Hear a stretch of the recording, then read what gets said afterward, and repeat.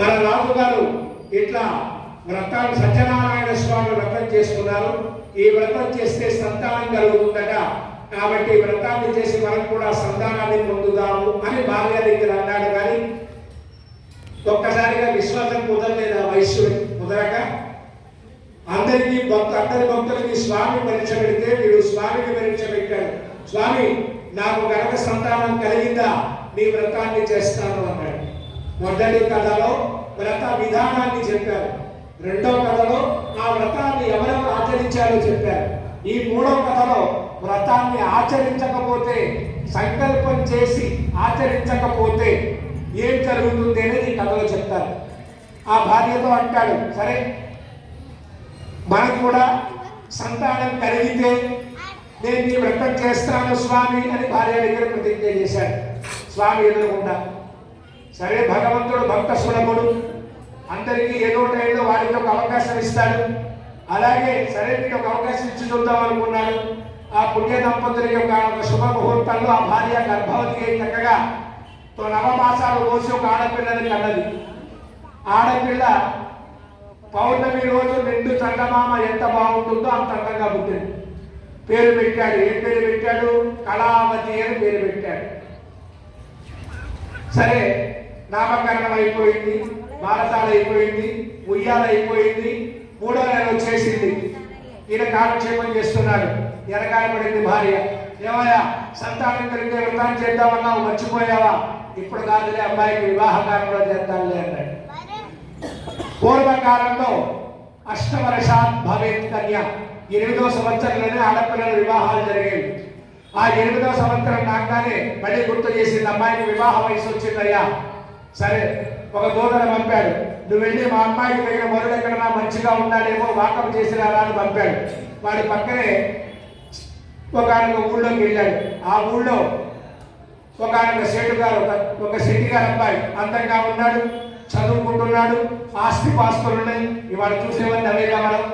ఆస్తు ఎంత ఉంది, ఎన్ని అంతస్తులు ఉన్నాయి, ఎన్ని మేడలు ఉన్నాయి, నెలకు ఎంత వస్తుంది, ఇవే మనకు కావాలి. ఆ రోజుల నుంచి ఉంది ఆచార్య, మన కొత్తగా పుట్టాల. కాకపోతే ఇప్పుడు అతి అనేది 2 ఎక్కువైంది. ఆ విధంగా వెళ్ళాడు, చూశాడు, వచ్చాడు.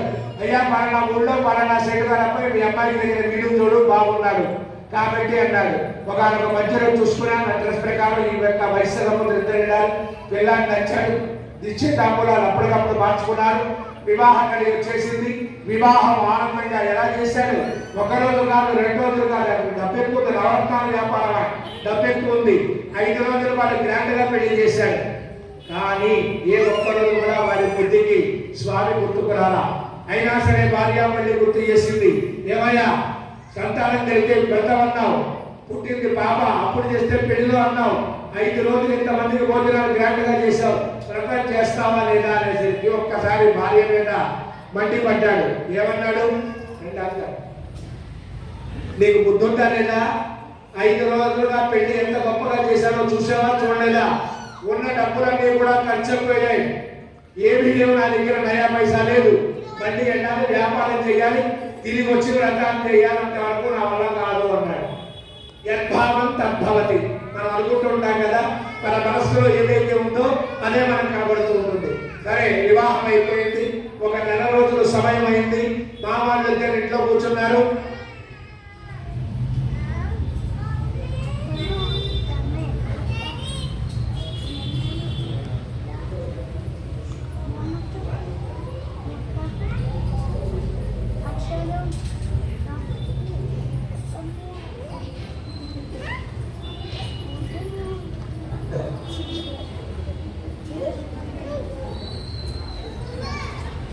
సరే, మామగారు చెప్తున్నాడు అదేదో, ఏమయ్యా, వివాహం అయిపోయింది, 4 రోజులు అయిపోయింది, ఇంట్లో కూర్చుంటే తింటే కొండలైనా కరిగిపోతాయి కదా, ఈ వ్యాపారం ఎలా చేయాలని నీకు కూడా నేర్పిస్తా. వాడు ఇళ్ళకి అల్లుడు వచ్చాడు కాబట్టి వాడిని బయలుదేరాడు. వెళ్ళాడు. ఎక్కడికి వెళ్ళాడు? చంద్రకేతు మహారాజు గారు పరిపాలిస్తున్న రాజ్యానికి వెళ్ళి ఆ రత్నాల వ్యాపారం మొత్తం ఒక చోట పెట్టి కూర్చున్నారు. వ్యాపారం అయిపోయింది. మధ్యాహ్నం ఆకలిస్తోంది. వెళ్ళారు. పూర్వకాలంలో అన్నసత్రాలు ఉండేవి. పిలిచి మరీ భోజనం పెట్టేవారు. ఆ అన్నసత్రంలోకి వెళ్ళారు. చక్కగా గడుపునిండా సుష్టిగా భోజనం చేశారు. బాగా నిద్ర పట్టేసింది. నిద్రపోతూ గురకబెట్టి పడుకున్నారు. సత్యనారాయణ స్వామి వారు ఆహా మంచి అవకాశం దొరికింది కదా అనుకున్నాడు. ఒక ఇద్దరు దొంగల్ని సృష్టించాడు. వాళ్ళిద్దరిని చంద్రకేతు మహారాజు గారి దొంగ ధనాకారంలో వదిలిపెట్టాడు. వాళ్ళు ఎంత ధనాన్ని అయితే మోయగలుగుతారో ఆ ధనాన్ని మూటగట్టుకొని సహజంగా దొంగతనానికి వచ్చిన వాళ్ళు ఎవరో చూడకుండా పోతారు. కానీ వీళ్ళు కావాలని వచ్చారు కాబట్టి ఆ యొక్క సింహద్వారంలోంచి ఆ మూటలు వేసుకు బయలుదేరారు. అక్కడ ఎవరు ఉంటారు? వెనకాల రక్షకపడ్డాడు కాపలా. వాళ్ళు ఏం చేశారు? వీళ్ళు వెనకాల పడ్డారు. వాళ్ళు వచ్చి ఈ మామాళ్ళు పడుకున్న చోట ఆ ధనపు మూటలు పెట్టి మాయమైపోతారు. వీళ్ళు గొరగబెట్టి నిద్రపోతున్నారు. ఈ భటులకు ఒక్కసారిగా వాళ్ళ చేతిలో ఉన్న ఆయుధాలు తీసుకొని కొట్టడం మొదలు పెట్టారు. ఏమయ్యా ఇప్పుడే పరిగెత్తుకుంటూ కదా వచ్చారు, అప్పుడే గొరగబెడుతున్నారు పదండి రాజు గారు. వీళ్ళు ఉలిక్కి వెళ్ళి లేచారు. కంగారు లేచేసరికి ఏమిటి మేము ఆజ్ఞ చేసి మేమే దొంగతనం చేసాం, నీకు అవేంటాం ఎదురు కూడా ధనపు అక్కడే ఉంటాయి. తీసుకెళ్ళారు రాజుగారి దగ్గర నుంచి పెట్టారు.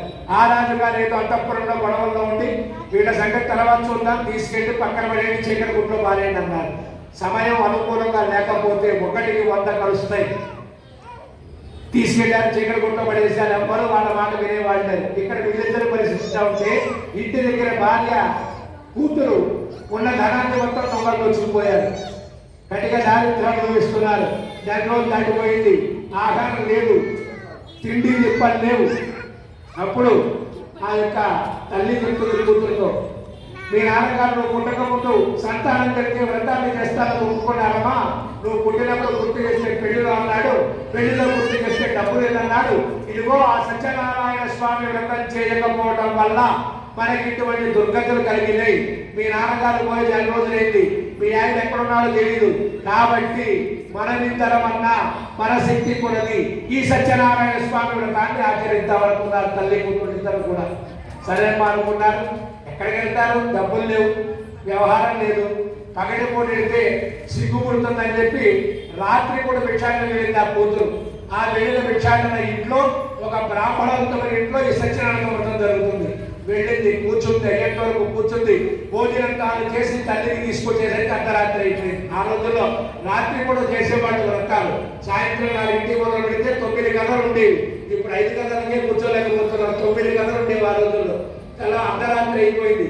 ఆ ఇంటికి వచ్చిన తర్వాత కూతురు క్యాకర్ వేసుకున్నామా, అర్ధరాత్రి అయిపోయింది, ఎక్కడికి వెళ్ళావు, ఏం చేస్తున్నావు అమ్మా అనుకోకుండా భిక్షాటన వెళ్తే వాళ్ళ ఇంట్లో సత్యనారాయణ స్వామి వ్రతమమ్మ జరుగుతుంది, అయ్యేంత వరకు కూర్చొని ప్రసాదం నెత్తి నీకు తెచ్చానమ్మా అంటే ఆ తల్లి రామం లేదమ్మా, సత్యదేవుడు మన అన్నిరకాల పరీక్షిస్తున్నాడు, ఈ పరీక్ష నుంచి బయటపడాలి అంటే వ్రతాన్ని చేయటం ఒక్కటే శ్రేయస్సు అని చెప్పి అనుకొని ఆ తల్లి కూతురు ఇద్దరు మనాల పొద్దునే లేచి స్వామిని ప్రార్థన చేసి, స్వామి మేము భిక్షాటనకు వెళ్తున్నా, ఈ రోజు నీ వ్రతం చెయ్యాలి, ఏం చేస్తావో నాకు తెలియదు అని చెప్పి మొక్కుకొని చిరగమక్కకి భిక్షాటనకు వెళ్ళారు. స్వామి సంకల్ప బలం వాళ్ళకి ఆ రోజు వ్రతానికి కావలసిన ద్రవ్యం మొత్తం సమకూరింది. ఇంటికి వచ్చారు, ఆనందంగా వ్రతాన్ని చేశారు. ఆ దంపతులు ఇద్దరు, తల్లి కూతురు ఇద్దరు స్వామిని వేడుకున్నారు. స్వామి నీ ఆజ్ఞ ప్రకారం వ్రతాన్ని చేశాం, నా భర్త అల్లుడు ఎక్కడున్నారో దయచేసి నాకు తెలియజేయని ఆయన కోరుకున్నారు. స్వామి చాలా ఆనందించాడు. చంద్రకేతు మహారాజు గారు నిద్రపోతుంటే స్వప్నంలో వెళ్ళిపోయాడు. ఓ మహారాజా, అన్యాయంగా 2 వర్తకుల్ని బంధించావు, వాళ్ళ ధనాన్ని తీసుకున్నావు, వాళ్ళ ధనాన్ని వదిలిపెట్టేసి లేకపోతే నేను సర్వనాశనం చేస్తానన్నాడు. స్వామి కల్లోకి వచ్చేంత బెదిరిస్తే వాడికి జీవితం ఉంటుందండి. వెంటనే అర్ధరాత్రి సభ చేశాడు. భటుల్ని పిలిచాడు, మంత్రుల్ని పిలిచాడు, అందరిని పిలిచారు. అంతా వచ్చారు, కూర్చున్నారు, సభ చేశారు. వాళ్ళని తీసుకురమ్మన్నారు. వచ్చారు, ఒడుకుంటూ రాజుగారికి నమస్కారం చేసుకుని కూర్చున్నారు. రాజుగారు అంటాడు, ఏమయ్యా మీరేదో దైవ అపచారం చేశారు, ఏదో మొక్కుబడి మీరు మర్చిపోయారు, తద్వారా మీకు ఇటువంటి వ్యవహారం జరిగింది, మీరు అటువంటిది ఏమైనా ఉంటే పూర్తి చేసుకోండి. చక్కగా వాళ్ళిద్దరిని వదిలిపెట్టి స్నాన విశేషాలని చేయించి నూతన పట్టువస్త్రాలను ఇచ్చి వాళ్ళ పడవలో ఎంత ధనమైతే తీసుకున్నారో అంత ధనానికి 5 రెట్లు ధన ఇచ్చి మీరు వెళ్ళినండి అయ్యా అని సాగనంపారు. స్కాంతపురాణే రేవాకండే సత్యనారాయణ స్వామి వ్రతకరాయ తృతీయోధ్యాయ సమాప్తః. కొబ్బరి చెక్క నైవేద్యం పెట్టండి. 2 చెక్కలు తీసుకో, అక్షంతర కాసిన పక్కన వేయండి, కాసిన కలసం మీద వేయండి.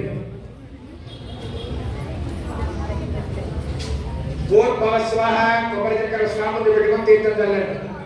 నైవేద్యం పెట్టిన చక్కెర కాకుండా మళ్ళీ వేరే చక్కెర పెట్టండి.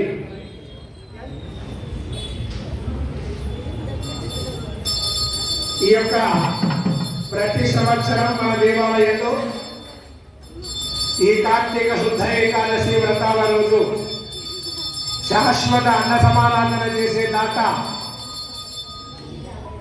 నా వెనకాల కాలంలో కూర్చున్నారు ఏమీ తెలియనట్టుగా బుద్ధిగా సూర్యనారాయణ రాజు ధర్మపత్ని శ్యామలాదేవి చిరంజీవి మహేష్ వర్మ అంటే వారు ఏం చేసినా గుప్తంగా చేయాలి అనేది వారి మనస్సంకల్పం. ఇచ్చేవాళ్ళు మర్చిపోవాలి, ఆ యొక్క ఆనందాన్ని పంచుకున్న వాళ్ళు 10 మందికి పంచాలి. అందుచేత మీనాక్షి క్యాటరర్స్ సూర్యనారాయణ రాజు గారు ఒక్కసారి కరతాళ ధ్వనులు గట్టిగా గట్టిగా కరతాళ ధ్వనులు చూడండి. స్వామి అనుగ్రహం. ప్రియంకాంతాయ కళ్యాణ విలయే దవ్యేర్ధిన శ్రీవేంకట నివాసాయ శ్రీనివాసాయ మంగళం ఆనంద కర్పూర మంగళం సమర్పయామి. జై గురు సత్యనారాయణ భగవానికి ఏడుకొండలవాడ వెంకటరమణ గోవింద.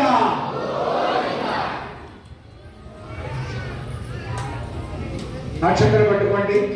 స్కాంద పురాణే విభాగండే చతుర్థాధ్యాయ ప్రారంభ.